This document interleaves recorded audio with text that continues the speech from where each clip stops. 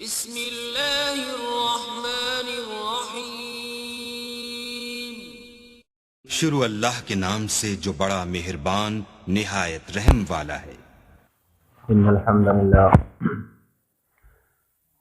نحمده ونستعینه ونستغفره ونعوذ باللہ من شرور انفسنا ومن سیئات اعمالنا من يهده اللہ فلا مضل له ومن يضلله فلا هادي له اشهد ان لا اله الا الله وحده لا شريك له واشهد ان محمدا عبده ورسوله رب اشرح لي صدري ويسر لي امري واحلل عقدة من لساني يفقهوا قولي رب زدني علما۔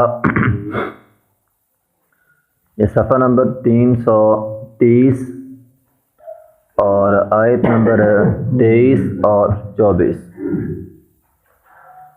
اعوذ باللہ من الشیطان الرجیم، بسم اللہ الرحمن الرحیم۔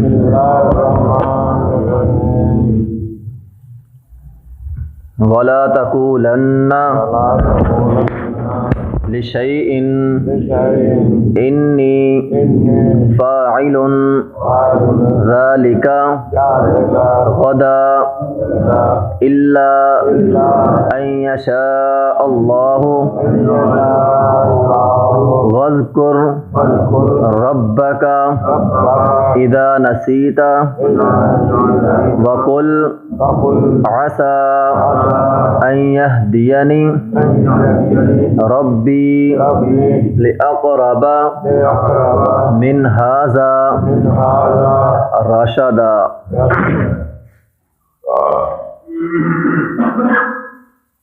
ولا تقولن، اور آپ کبھی نہ کہیں لشیء کوئی ایسی بات کہ انی بے شک میں فاعل کرنے والا ہوں ذالک اس کام کو غدا کل، الا ان یشاء اللہ مگر انشاءاللہ کہہ لیا کرے، واذکر ربک اور اپنے رب کو یاد کیا کریں، اذا نسیتا جب آپ بھول جائیں، جب انشاءاللہ کہنا بھول جائیں تو جب یاد آئے فوراً انشاءاللہ کہا کریں۔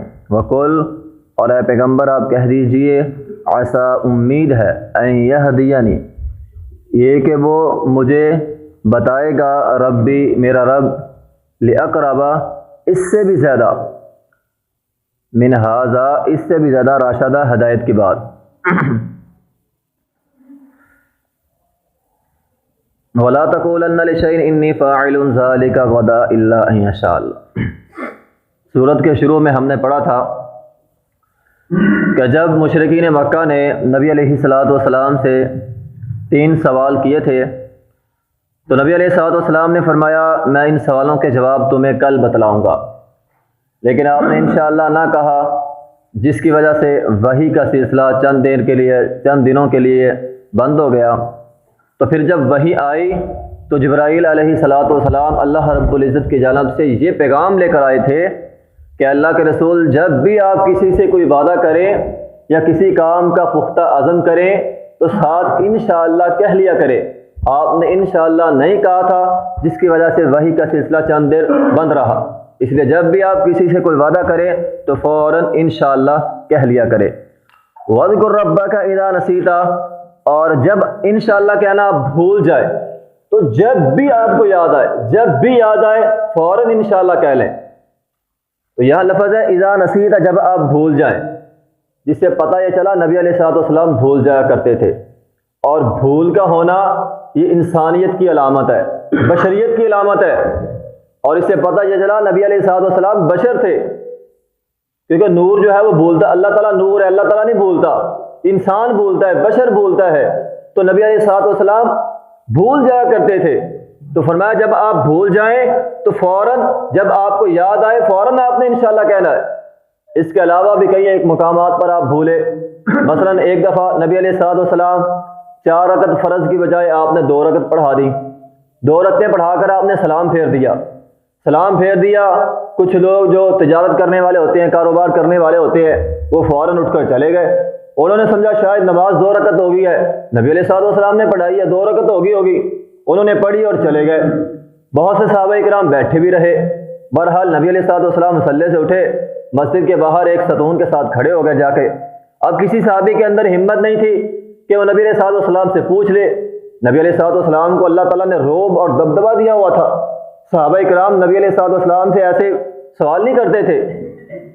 تو بہرحال ایک صحابی پھر اٹھا، وہ نبی علیہ الصلوۃ والسلام کے پاس گیا، ہمت کی اس نے اور کہا اللہ کے رسول کیا نماز کم ہو گئی ہے یا آپ بھول گئے ہیں؟ نبی علیہ الصلوۃ والسلام نے فرمایا نہ ہی نماز کم ہوئی ہے اور نہ ہی میں بھولا ہوں، نماز بھی کم نہیں ہوئی، نماز بھی 4 رکعتیں ہیں اور میں نے بھی 4 رکعتیں پڑھائی ہیں۔ صحابی رسول کہنے لگا اللہ کے رسول یا تو نماز کم ہو گئی ہے یا پھر آپ بھول گئے ہیں۔ نبی علیہ الصلوۃ والسلام صحابہ کرام کو مخاطب ہوئے، فرمایا اے میرے صحابہ کیا یہ آدمی سچ کہتا ہے؟ صحابہ کرام نے کہا ہاں اللہ کے رسول آپ نے 2 رکعت پڑھائی ہے۔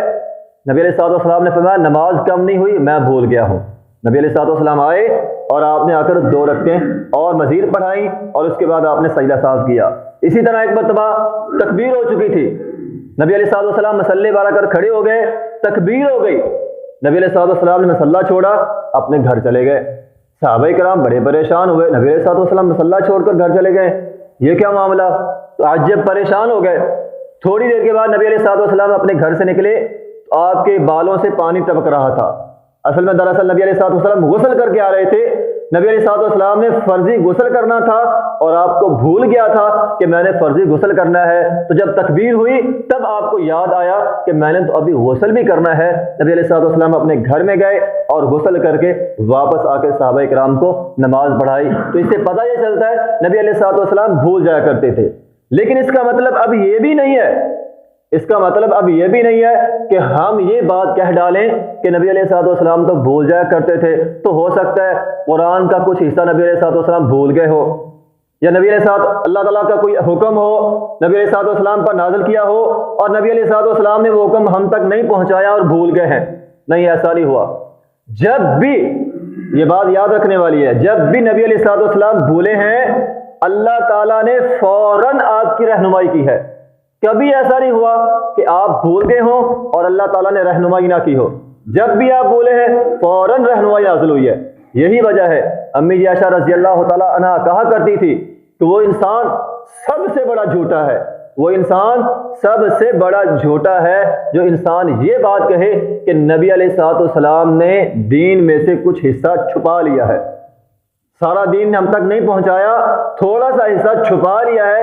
جس انسان نے یہ بات کہی وہ سب سے بڑا جھوٹا ہے۔ اور اسی طرح حجۃ الوداع کے موقع پر نبی علیہ الصلوۃ والسلام نے تقریباً 1,00,000 سے زیادہ صحابہ کرام موجود تھے، ان کے درمیان نبی علیہ الصلوۃ والسلام نے یہ اعلان کیا تھا اے میرے صحابہ هل بلغت رسالتی، کیا میں نے اپنے پیغام کو تم تک پہنچا دیا؟ صحابہ کرام نے کہا ہاں اے اللہ کے رسول آپ نے اپنا پیغام ہم تک پہنچا دیا۔ تو جو شریعت نبی علیہ الصلوۃ والسلام لے کر آئے تھے وہ آپ نے بالکل پہنچا دی ہے، اس میں سے ذرہ برابر بھی نبی علیہ الصلوۃ والسلام نے اپنے پاس نہیں رکھا۔ تو یہاں اللہ رب العزت فرما رہے ہیں اے پیغمبر جب آپ بھول جائیں تو جب آپ کو یاد آئے فوراً آپ انشاءاللہ کہیں۔ اور یہ نبی علیہ الصلوۃ والسلام کے ساتھ بھی ہے، اور چونکہ نبی علیہ الصلوۃ والسلام بولے ہیں تو عامی انسان کا بولا تو بالاولیٰ ہے، عامی انسان بھی بھول سکتا ہے۔ اصل کے اندر ہمارے سب کے جو ہے وہ باپ آدم علیہ السلام وہ بھی بھول گئے تھے، جنت کے اندر انہوں نے بھول کر جو ہے وہ پھل کھا لیا تھا۔ تو اس لیے انسان کا بولنا یہ تو ہو سکتا ہے۔ تو جب بھی انسان کسی معاملے میں بھول جائے تو جب اسے یاد آئے فوراً وہ کام کرے، خاص طور پر نماز کے معاملے میں۔ بخاری مسلم میں اور دیگر احادیث کی کتابوں میں حدیث موجود ہے، حضرت انس رضی اللہ تعالیٰ بیان کرتے ہیں آدمی جب بھی نماز کا وقت بھول جائے، اسے بھول جائے میں نے نماز نہیں پڑھی، تو جب اسے یاد آئے فوراً نماز پڑھے۔ آدمی رات کو سویا رہا، جب اسے جاگ آئے فوراً اٹھ کر سب سے پہلے وہ نماز پڑھے۔ تو اس لیے انسان اگر کسی معاملے میں بھول جاتا ہے تو جب اسے یاد آئے گا فوراً وہ کام جو ہے وہ انسان کرے گا۔ اور اسی حوالے سے سلیمان علیہ السلام کا قصہ بخاری کے اندر موجود ہے۔ حضرت سلیمان علیہ السلام نے ایک رات کہا تھا کہ آج رات ان کی 100 بیویاں تھیں، سلیمان علیہ السلام کی 100 بیویاں تھیں، اور انہوں نے کہا آج رات میں اپنی ہر بیوی کے پاس جاؤں گا اور ہر بیوی ایک شاہ سوار جو ہے اس کو پیدا کرے گی، ایک مجاہد کو پیدا کرے گی۔ اور انشاءاللہ نہ کہا، ایک رات میں سب بیویوں کے پاس گئے لیکن کسی بیوی کے ہاں بیٹا پیدا نہ ہوا سوائے ایک کے۔ اور وہ بھی جس کے ایک کے ہاں بیٹا پیدا ہوا وہ بھی ادھورا بیٹا، لاغر کمزور بیٹا پیدا ہوا، طاقتور اور جوان کبھی پیدا نہیں ہوا کہ اس کو شاہ سوار بنا سکے، لاغر اور کمزور بیٹا پیدا ہوا۔ نبی علیہ الصلوۃ والسلام نے فرمایا قسم ہے مجھے اس رب تعالیٰ کی، اگر سلیمان علیہ الصلوۃ والسلام انشاءاللہ کہہ لیتے تو 100 کی 100 بیویاں 100 بیٹے پیدا کرتی اور وہ سب کے سب شاہ سوار ہوتے اور سب اللہ کے راستے میں جہاد کرتے، اگر وہ انشاءاللہ کہہ لیتے۔ لیکن چونکہ وہ انہوں نے انشاءاللہ نہیں کہا تھا، اس بنا پر جو ہے ان کو اولاد جو ہے وہ نہیں ہوئی۔ اس سے پتہ ہی ہمیں چلتا ہے کہ جب بھی ہم کسی پختہ کام کا ارادہ کریں تو فوراً ہم انشاءاللہ کہہ لیا کریں۔ یہاں یہ لفظ ہے وَلَا تَقُولَنَّ لِشَيْءٍ، یہ تقولن کے اندر نون جو ہے وہ تاکید کا ہے۔ اس سے ہمیں دو باتیں پتہ چلتی ہیں، ایک یہ کہ اللہ تعالیٰ نے فرمایا جب بھی تم کسی کام کا پختہ عزم کرو تب انشاءاللہ کہنی ہے۔ اس سے پتہ یہ چلا کہ اگر انسان روزمرہ کے معاملات میں جو باتیں کہتا ہے، عمومی طور پر ہم کسی سے پوچھتے ہیں بھائی تو کہاں جانے لگا ہے، میں جی تھوڑی دیر کے بعد دکان پر جانے لگا، تو اس طرح کی معمولی باتوں میں اگر انشاءاللہ نہ بھی کہا جائے تو درست ہے، کیونکہ اللہ تعالیٰ فرماتے ہیں جب کسی کام کا پختہ عزم کرنا ہے تب انشاءاللہ کہنی ہے۔ تو اس کو آپ اسی بات اس طرح سمجھیں کہ جب آپ نے کسی کو کسی کام کی خبر دینی ہے، میں گھر جانے لگا ہوں، میں دکان پہ جانے لگا ہوں، میں کھانا کھانے لگا ہوں، میں تھوڑی دیر میں یہ کرنے لگا ہوں، جب آپ کسی کو خبر دیں گے تب آپ انشاءاللہ نہ بھی کہیں تو درست ہے، لیکن جب آپ کسی کے سامنے کسی کام کا پختہ عزم کریں گے، پختہ ارادہ کریں گے تب آپ انشاءاللہ کہیں گے۔ ایک دوسری بات ہمیں یہاں یہ بھی ثابت ہوا، اللہ تعالیٰ نے فرمایا وَلَا تَقُولَنَّ، جب آپ پختہ عزم کریں، لیکن ہمارے ہاں کیا ہوتا ہے کہ ہم نے اس انشاءاللہ کے لفظ کو بطور ڈھال کے ہم استعمال کرتے ہیں، یعنی انشاءاللہ کے اندر ہماری بدنیتی شامل ہوتی ہے۔ مثلا ایک آدمی نے کسی کا قرض لینا ہو، کسی سے قرض لیتا ہے اور وہ کہتا ہے میں 1 مہینے کے بعد وہ قرض جو ہے وہ لوٹا دوں گا، تو ساتھ ہی وہ انشاءاللہ کہہ دیتا ہے، اور انشاءاللہ کہنے کے اندر اس کی نیت کیا ہوتی ہے کہ میں نے کون سا دینا 1 مہینے کے بعد، اور ہوتا بھی ایسا ہی ہے۔ جب 1 مہینہ گزر جاتا ہے وہ قرض لینے والا کہتا ہے بھی میرا قرض واپس کرو، تو آگے سے کہہ دیتا ہے میں نے تو انشاءاللہ کہا تھا، اگر طاقت ہوئی تو دے دوں گا، طاقت نہیں ہے تو نہ صحیح۔ یعنی ہم نے انشاءاللہ کو بطور ڈھال استعمال کرتے ہیں اور انشاءاللہ کے اندر ہماری بدنیتی شامل ہوتی ہے، اور پھر ہم نے ہمارے ہاں معاشرے میں یہ لفظ قرآن کا لفظ ہے اور ہو بدنام گیا ہے۔ کیسے کہ جب آپ کسی کو کوئی بات کہتے ہیں اس نے وہ کام نہ کرنا ہو تو وہ انشاءاللہ کہہ دیتا ہے، اور اگر وہ انشاءاللہ کہہ دے تو سننے والا بھی یہی سمجھتا ہے کہ یہ کام اب نہیں کرے گا کیونکہ اس نے انشاءاللہ کہہ دیا ہے۔ تو ہمارے معاشرے میں ایسا ہوتا ہے۔ تو محترم بھائیو، یہ قرآن کا لفظ ہے اور قرآن کے لفظ کے ساتھ مذاق اڑانا یا اس کو بطور ڈھال کے استعمال کرنا یا اس کے اندر اپنی بدنیتی شامل کرنا یہ بہت بڑا جرم ہے۔ تو قرآن کے اندر اللہ تعالیٰ فرماتے ہیں عام معمولی باتوں میں جس کام کو آپ نے نہیں کرنا، کرنے کا ارادہ نہیں، وہاں پر انشاءاللہ مت کہیں۔ جس کام کرنے کا پختہ عزم ہے وَلَا تَقُولَنَّ، نون تاکید کا ہے، جس کام کا پختہ عزم کرنا ہے اس کام کے کرتے وقت جو ہے وہ انشاءاللہ کہنی ہے، تاکہ یہ لفظ قرآن کا بدنام نہ ہو۔ اس لیے اس معاملے کے اندر تھوڑی سی احتیاط کرے۔ وَاذْكُر رَبَّكَ إِذَا نَسِيتَ، اور جب آپ بھول جائیں تو انشاءاللہ کہیں۔ وَقُلْ عَسَىٰ، اور اللہ پیغمبر آپ کہہ دیجئے عسیٰ، امید ہے، ان یہدینی، یہ کہ ہدایت دے گا، بتلائے گا مجھے میرا رب، لِأَقْرَبَ مِنْ هَذَا رَشَدًا، اس سے بھی زیادہ ہدایت کی بات۔ اس کے بھی دو معنی ہیں، ایک تو یہی ہے کہ آئندہ وَقُلْ عَسَىٰ، اور آئندہ امید ہے کہ اللہ نبی علیہ الصلوۃ والسلام نے فرمایا میں انشاءاللہ کہنا بھولوں گا نہیں، مجھے امید ہے کہ آئندہ میں یہ لفظ بھولوں گا نہیں۔ اور دوسرا یہ کہ مشرکین مکہ کو جب اصحاب کہف کا قصہ سنایا گیا تو وہ بھی کہنے لگے اچھا آپ بھی نبوت کا دعویٰ کرتے ہیں تو آپ بھی اس طرح کوئی حیران کن معجزہ ہمیں بتلائے، جس طرح صحابہ کہف 300 سال سوئے رہے، یہ ایک حیران کن بات ہے، تو آپ بھی اس طرح کی کوئی حیران کن جو ہے وہ معجزہ لے کر آئے، حیران کن بات لے کر آئیں، تب ہم آپ پر ایمان لے آئیں گے۔ تو نبی علیہ الصلوۃ والسلام نے فرمایا، اللہ تعالیٰ فرماتے ہیں کیا نبی علیہ الصلوۃ والسلام کی نبوت میں تو اللہ تعالیٰ نے اس سے بھی حیران کن چیزیں تمہیں عطا کی ہیں۔ مثلا اس سے پچھلی صورت میں معراج کا واقعہ جو ہے وہ بیان ہوا ہے، کیا معراج کا واقعہ اس سے زیادہ حیران کن نہیں ہے؟ ایک طرف ایک آدمی کا 300 سال سونا ہے اور ایک طرف ایک آدمی کا ایک رات میں 7 آسمانوں کی سیر کر کے آنا ہے، بتلاؤ حیران کن بات کون سی ہے؟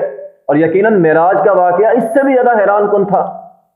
اور پھر دوسری دل حیران کن یہ ہے کہ سب جتنے بھی انبیاء کرام آئے سب نے نبی علیہ الصلوۃ والسلام کی نبوت کی تصدیق کی ہے، کیا یہ حیران کن بات نہیں ہے؟ کیا وہ راہب جس کے پاس ابو طالب نبی علیہ الصلوۃ والسلام کو بچپن میں لے کر گیا تھا، نبی علیہ الصلوۃ والسلام کی بھی 12 سال کی عمر تھی، ملک شام میں آپ کا چچا آپ کو لے کر گیا، راستے میں ایک راہب اپنی کوٹھی سے بھاگتا ہوا دوڑتا ہوا آیا اور نبی علیہ الصلوۃ والسلام کو مخاطب ہوا اور ساتھ آپ کے چچا کو مخاطب ہوا، کہنے لگا یہ کون ہے؟ آپ کے چچا نے کہا یہ میرا بھتیجا ہے۔ اس راہب نے کہا تھا اس کو واپس لے جاؤ، اس کو واپس لے جاؤ، ملک شام کے لوگ اس کو زندہ نہیں چھوڑیں گے۔ ابو طالب پریشان ہو گیا، ماجرا کیا ہے، معاملہ کیا ہے؟ اس نے کہا یہ نبی ہے، میں نے دیکھا ہے جب تم اس گھاٹی سے آ رہے تھے ہر چیز اس کے لیے جھک رہی تھی، اس کو سجدہ کر رہی تھی، اور چیزوں کا جھکنا یہ نبی کے علاوہ کسی اور کے لیے ہو ہی نہیں سکتا۔ یہ پہاڑ یہ درخت صرف اور صرف نبی کو سجدہ کرتے ہیں، اور یہ اس کے لیے جھک رہی تھی، اس لیے یہ نبی ہے، یہ رحمت للعالمین ہے، اس کو واپس اپنے گھر بھیج دو۔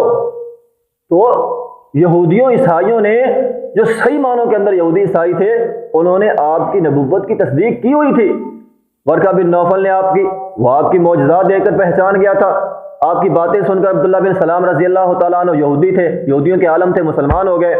اور عیسائیوں کے اندر بھی فار کلید کے نام سے قصہ جو ہے وہ مشہور تھا، عیسیٰ علیہ السلام نے پیشین گوئی کی ہوئی تھی کہ میرے بعد ایک آدمی آئے گا جو کچھ دیر لوگوں کے اندر رہے گا اور لوگوں کو دین کی دعوت دے گا، اور اس سے مراد نبی علیہ السلام تھے۔